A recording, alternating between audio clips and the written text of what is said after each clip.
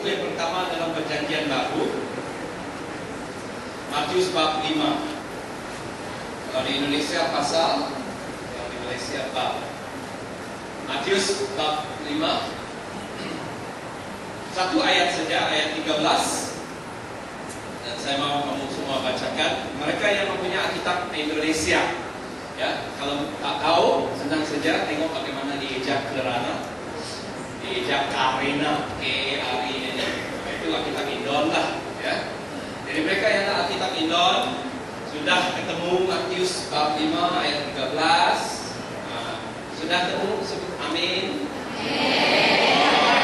Kamu semua masuk surga kali ini.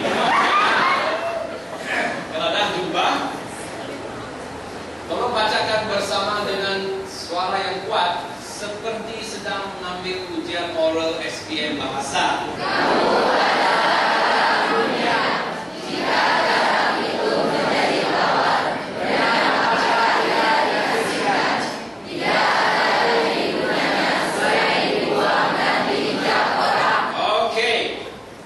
Orang muda selalu dibuang dan ditinjak orang.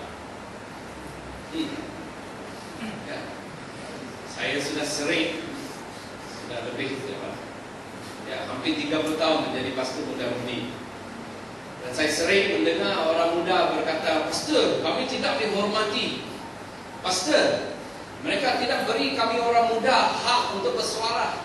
Mereka tidak benarkan kami buat ini. Mereka tidak benarkan kami buat itu. Kami kena buang daripada kebaktian. Disuruh pergi ke bilik sebelah, yang bilik kecil itu yang ada banyak tikus tu. Di sana mereka suruh kami buang kebaktian. Tidak dibenarkan menggunakan dewan ibadah yang besar. Itu untuk orang dewasa." Jadi orang muda selalu disingkirkan, diketepikan, diejek dengan frasa ini. Nak mau dengar tak? Muda-mudi adalah pemimpin masa depan. Pernah dengar tu? Oh, bagus. Kamu cakap betul kan? Okey, masuk surga lah. Okey. Muda-mudi adalah pemimpin masa depan. Tapi masa sekarang mereka ni tak berguna. Jadi duduklah dalam bilik yang gelap itu. Tapi kamu tak boleh menjadi pemimpin masa depan kalau hari ini kamu tidak mula memimpin. Takkanlah tiba-tiba bila kamu menyambut hari jadi ke-30 kan, tiba-tiba ada transformasi berlaku. Saya pemimpin sekarang. Akhirnya. Tidak ada. Itu tidak akan terjadi. Ya. Jadi bagi orang-orang muda di sini, soalan saya, maukah kamu dibuang, disingkirkan, tidak diindahkan oleh orang?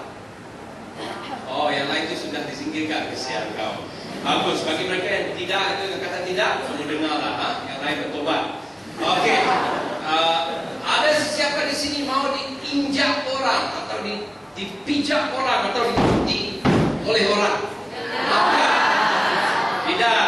Okey. Kalau tidak mau, kalau mau boleh datang ke depan, saya mau praktis.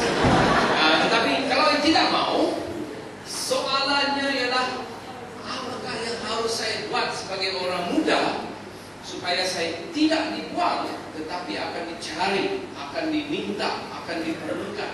Apakah yang harus saya buat sebagai orang muda supaya saya tidak ditinjak, tetapi saya diangkat dan dimuliakan dan diagungkan dan diletak di depan, bukan di belakang? Itu soalannya. Dan jawabannya senang saja. Dikatakan di sini, dengan apakah garam boleh diasingkan? Tidak ada lagi gunanya selain dibuang dan ditinjak. Jadi maksudnya, kalau kamu tidak asing, tanya kawan sebelah, kau masih tak? Ya. Kalau dia girlfriend kamu atau kawan baik, kau jilat dia, kau rasa dia masih tidak? Ya. Sudah? Alright. Biasanya mereka masih bila mereka pergi main, ya, bila berpeluh, kalau jilat dia, saya tak tahu mengapa, tapi kalau kawan jilat dia, kamu akan sedar dia masih. Tapi itu bukan maksud di sini, kan? Ini bukan maksud dia di sini. Maksud Tuhan di sini ialah jika orang muda tidak asing, ya, saya gunakan bahasa Indon. Saya rasa di Malaysia tidak asing, kan? Di sini di Indon tidak asing. Okey. Kalau orang muda tidak asing, mereka mesti dibuang. Mereka layak ditinjau. Mereka patut menerima sambutan yang tidak baik. Tapi kalau mereka asing, mustahil mereka dibuang, mustahil mereka ditinjau.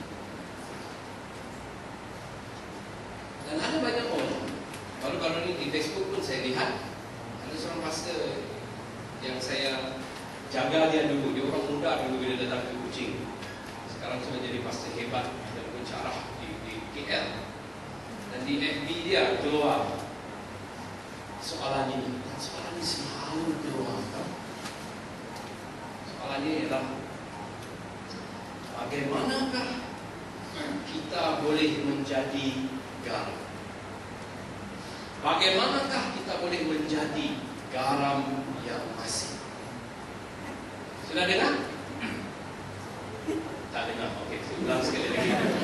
Bagaimanakah kita boleh menjadi garam yang asin?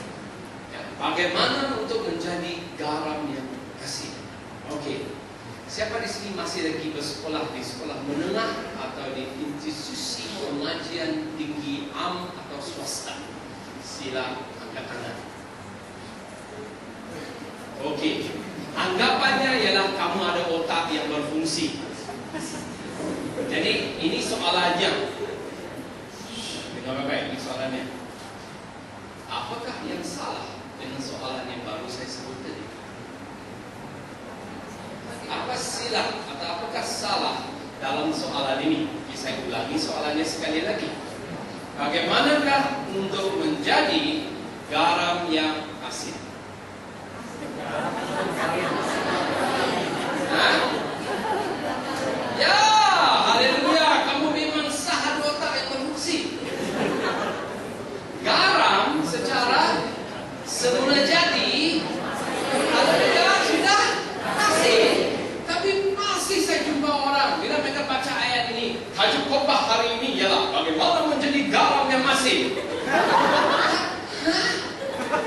Tapi bolehkah kamu ajar saya bagaimana untuk saya jadi masin? Bagaimanakah boleh saya jadi garam yang masin di dunia ini? Ini seperti anjing berkata, "Asal, bolehkah kamu ajar saya menyala?" Atau wah kari berkata, "Bagaimana untuk menjadi pedas?"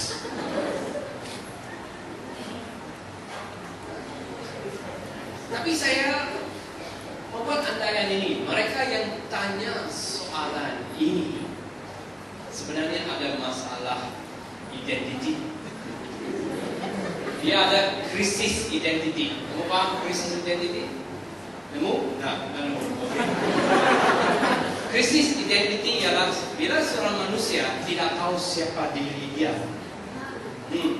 Ramai orang ada penyakit ini. Dan saya mau menyebut sekarang sesuatu yang akan menyinggung kamu dan menghina orang. Nah, mereka di Shalom perlu tahu, setiap kali bila saya akan menghina, saya akan beri amaran terlebih dahulu. Dahulu. Okey? Ramai orang ada krisis identiti. Dan saya pasti dan saya rasa mereka semua patut dimasukkan ke hospital bahagia di Batu Tujuh. Siapakah mereka? Mereka ialah teman-teman sekelas dengan kamu di sekolah menengah atau sekuliah dengan kamu di institusi pengajian tinggi. Mereka ini sekali kamu lihat, kamu tahu kromosom mereka ialah lelaki. Tetapi dari cara dia bawa jalan badannya, dari cara dia berpakaian, daripada apa yang dia pakai, ring-ring yang dia pakai, sehinggalah baju dia, kamu sedar dia tak tahu yang dia lelaki.